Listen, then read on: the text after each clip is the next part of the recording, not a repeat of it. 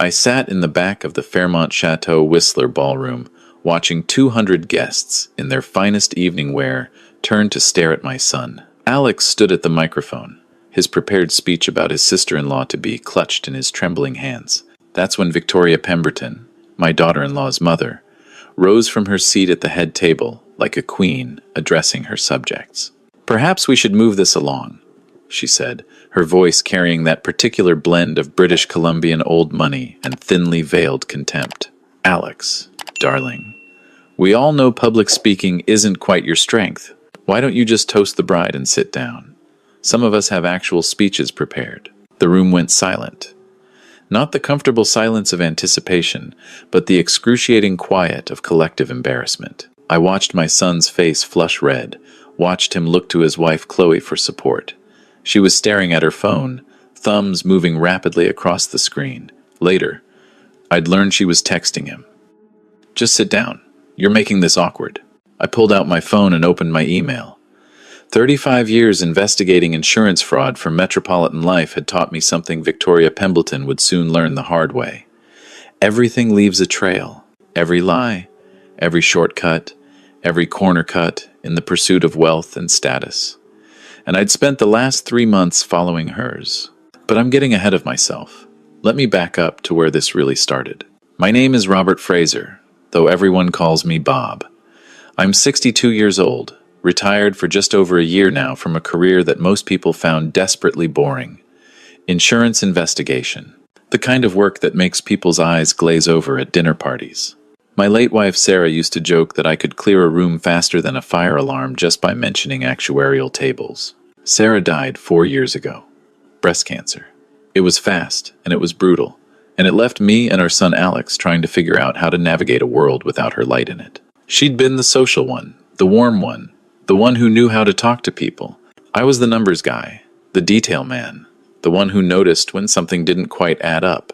Alex took after his mother. He was kind, creative, artistic. He'd studied landscape architecture at the University of Toronto, had a small but growing business designing gardens and outdoor spaces for Toronto clients. It wasn't flashy work, and it certainly wasn't making him rich, but he was good at it. He had an eye for how green spaces could make people feel peaceful, could create little oases in the urban sprawl. He met Chloe Pemberton 2 years ago at a sustainability conference in Vancouver. She was there representing her brand, as she called it, a lifestyle influencer with about 75,000 Instagram followers who posted about wellness, green living, and what she termed conscious luxury. Alex was there giving a presentation on native plant landscaping for urban environments. They seemed like a good match at first. Both cared about the environment. Both were creative types. Chloe was beautiful, charming, and she seemed genuinely interested in Alex's work. When he flew back to Toronto, they kept up a long-distance relationship. Video calls every night. Him flying to Vancouver once a month. Her coming to Toronto when she could. I met her for the first time when Alex brought her home for Thanksgiving 6 months into their relationship. She was polite enough, complimented our modest house in the Beaches neighborhood, though I caught her photographing her food before eating it and noticed she spent most of dinner checking her phone. When I asked about her family, she was vague. "Oh, my mother's in real estate in Vancouver. My father passed when I was young. I have a younger sister, Sienna." Real estate turned out to be a significant understatement. Victoria Pemberton owned Pemberton Properties, one of the largest commercial and residential development companies in British Columbia. The woman was worth somewhere north of $50 million, with developments across Vancouver, Whistler, and Victoria. She lived in a mansion in Shaughnessy, drove a Range Rover, and from what I could gather through casual Google searches, treated her wealth like a divine mandate. I met Victoria for the first time at Alex and Chloe's engagement party in Vancouver. Alex had proposed after 18 months of dating, and Chloe's family insisted on hosting the celebration at their home. I flew out alone, wished Sarah could have been there to help me navigate what I already suspected would be uncomfortable social terrain. The Pemberton Mansion was everything you'd expect. Massive stone and glass structure with views of the mountains, perfectly manicured grounds, staff in crisp white shirts passing canapes. Victoria greeted me at the door with a handshake that barely made contact and a smile that didn't reach her eyes. "Robert, is it? How lovely to finally meet Alex's father. He's told us so much about your work in, what was it again? Insurance? Insurance investigation. Yes, I said. How fascinating. And you're retired now? Just over a year. How wonderful. You must have so much time on your hands. She said it like a diagnosis of a terminal illness. Do come in. I'm afraid most of the guests are from our circle, but I'm sure you'll find someone to talk to. I spent that evening watching. It's what I'd done for 35 years, and old habits die hard. I watched Victoria hold court, watched how she directed conversations, how she managed her daughter like a product, steering her toward the right people, positioning her for photographs. I watched Chloe transform in her mother's presence, becoming more performative, more aware of angles and lighting, and I watched Alex shrink. My confident, creative son became quieter, laughed less, agreed more. When someone asked about his work, Victoria cut in before he could answer. Alex is between projects at the moment. The Toronto market is so different from Vancouver, isn't it? We're hoping he might consider relocating once they're married. Chloe's career really requires her to be based here.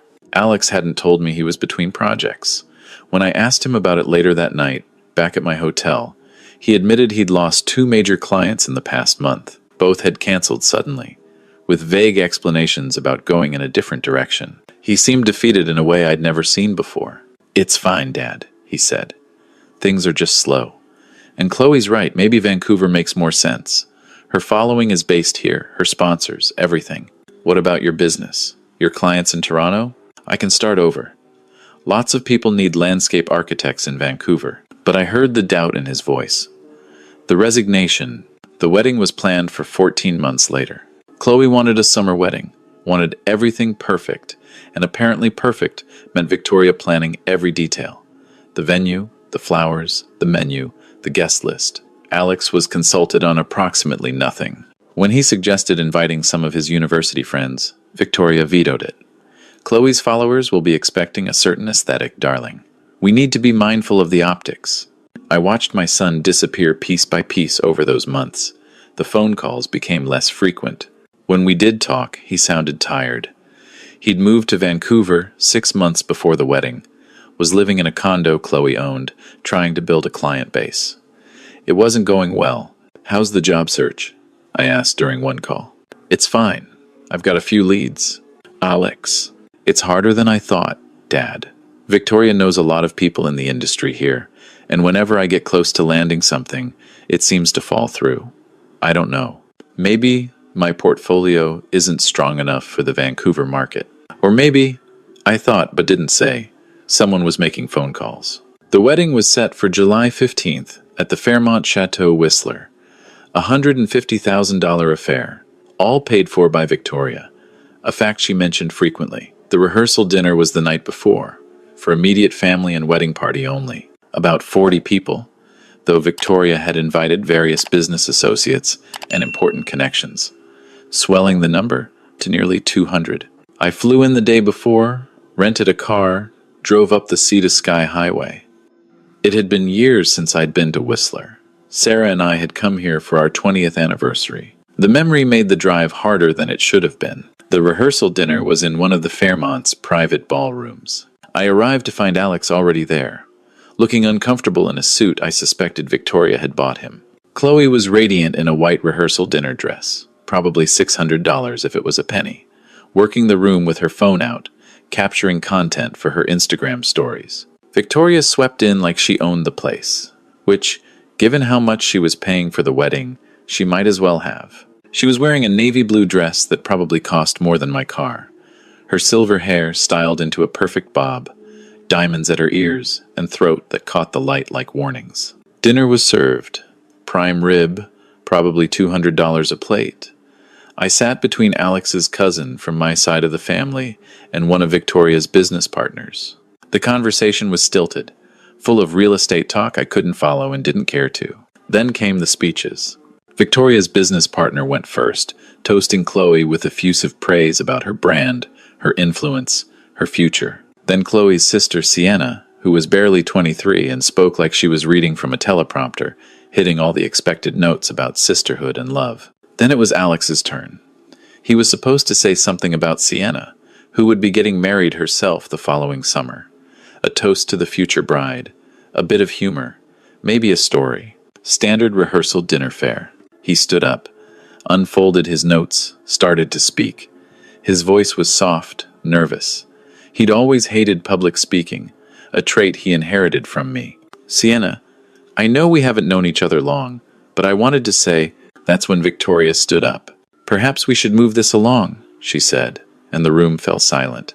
Alex, darling, we all know public speaking isn't quite your strength. Why don't you just toast the bride and sit down? Some of us have actual speeches prepared. I watched my son's face, watched the humiliation bloom across it like a bruise, watched him look at Chloe, silently begging for support, watched her look away, back to her phone.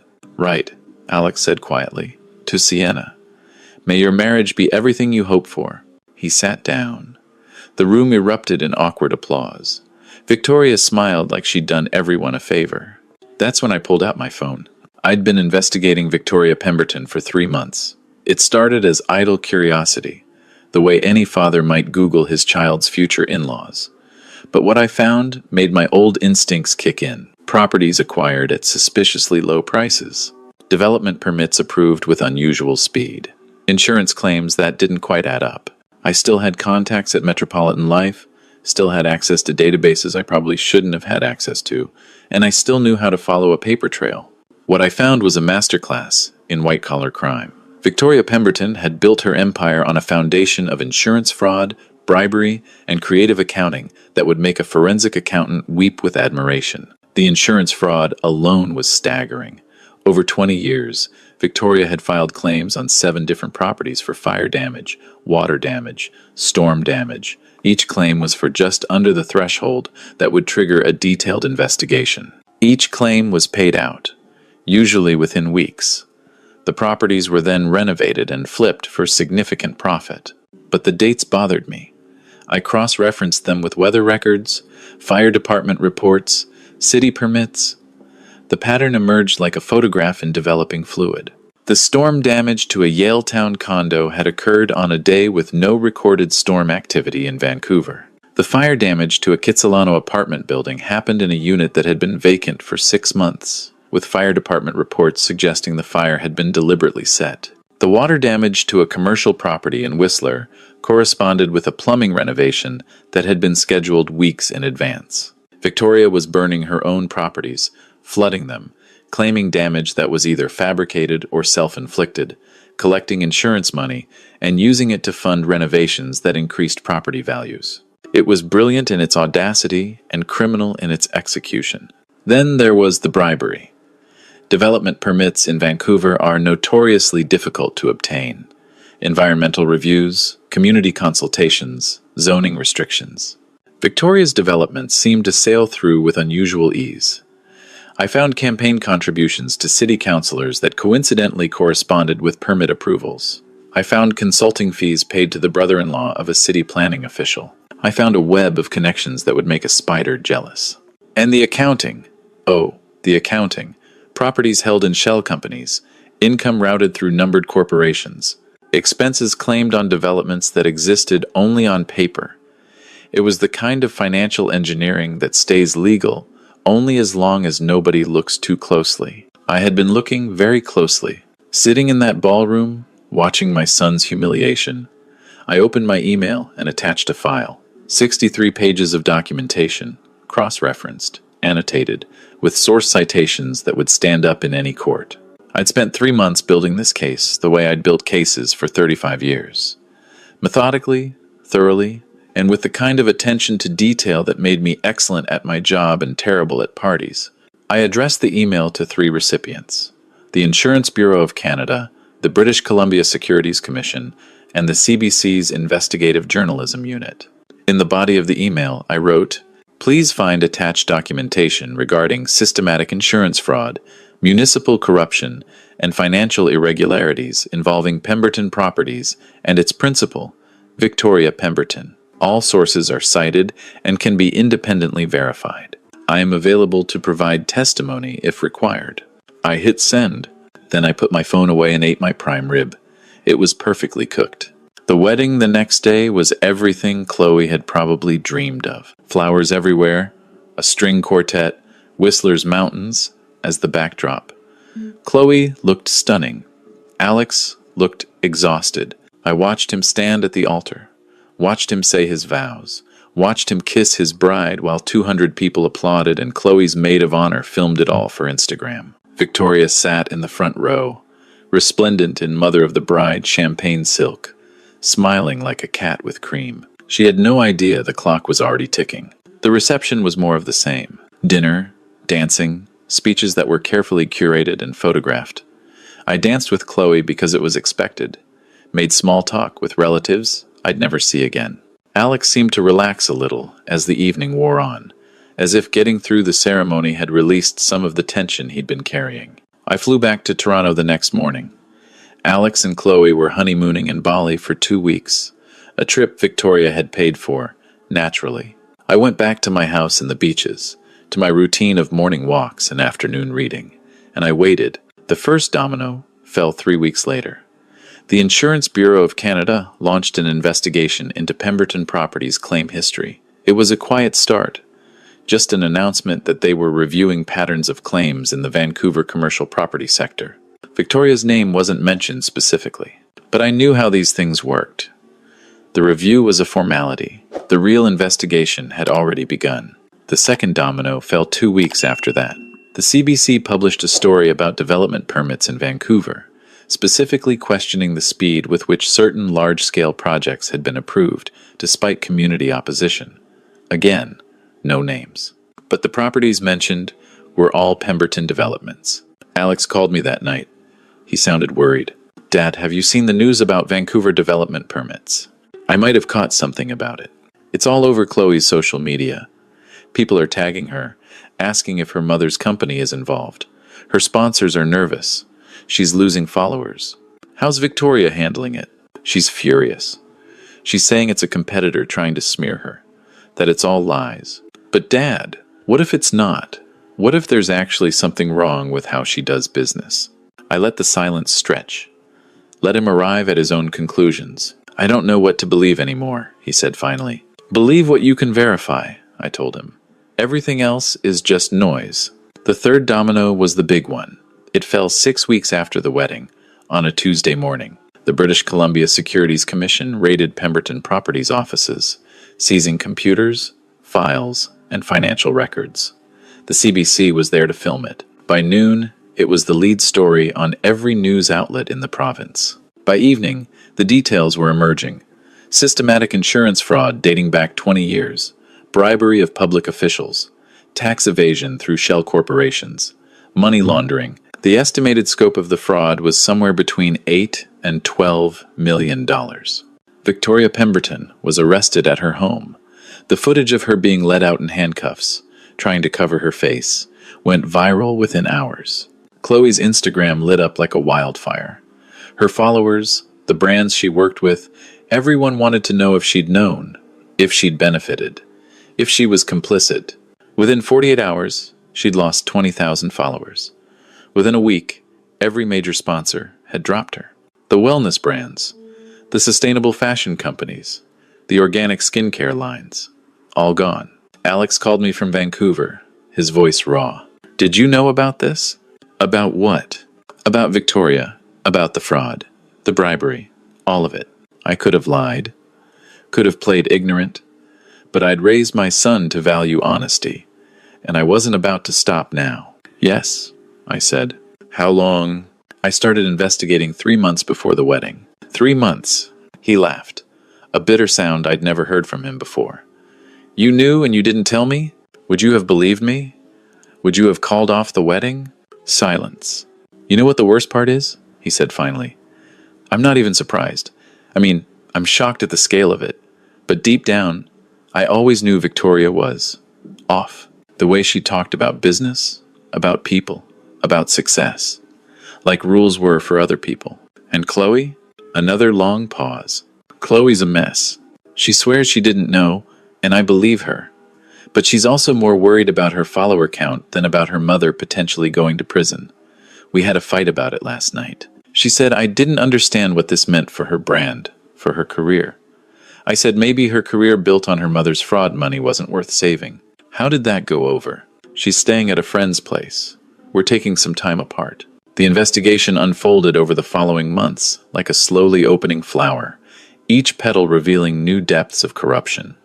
The insurance fraud was just the beginning. They found evidence of code violations in developments, of safety inspections that had been falsified, of tenants who had been harassed into leaving rent-controlled apartments so Victoria could redevelop the properties. The business partner I'd sat next to at the rehearsal dinner turned witness for the prosecution, testifying about kickbacks and bribes. The city councilors who'd received campaign donations suddenly developed acute memory problems. Victoria's lawyers fought hard, but the evidence was overwhelming. I'd made sure of that. In November, 5 months after the wedding, Victoria Pemberton pleaded guilty to 14 counts of fraud, 3 counts of bribery, and 7 counts of insurance fraud.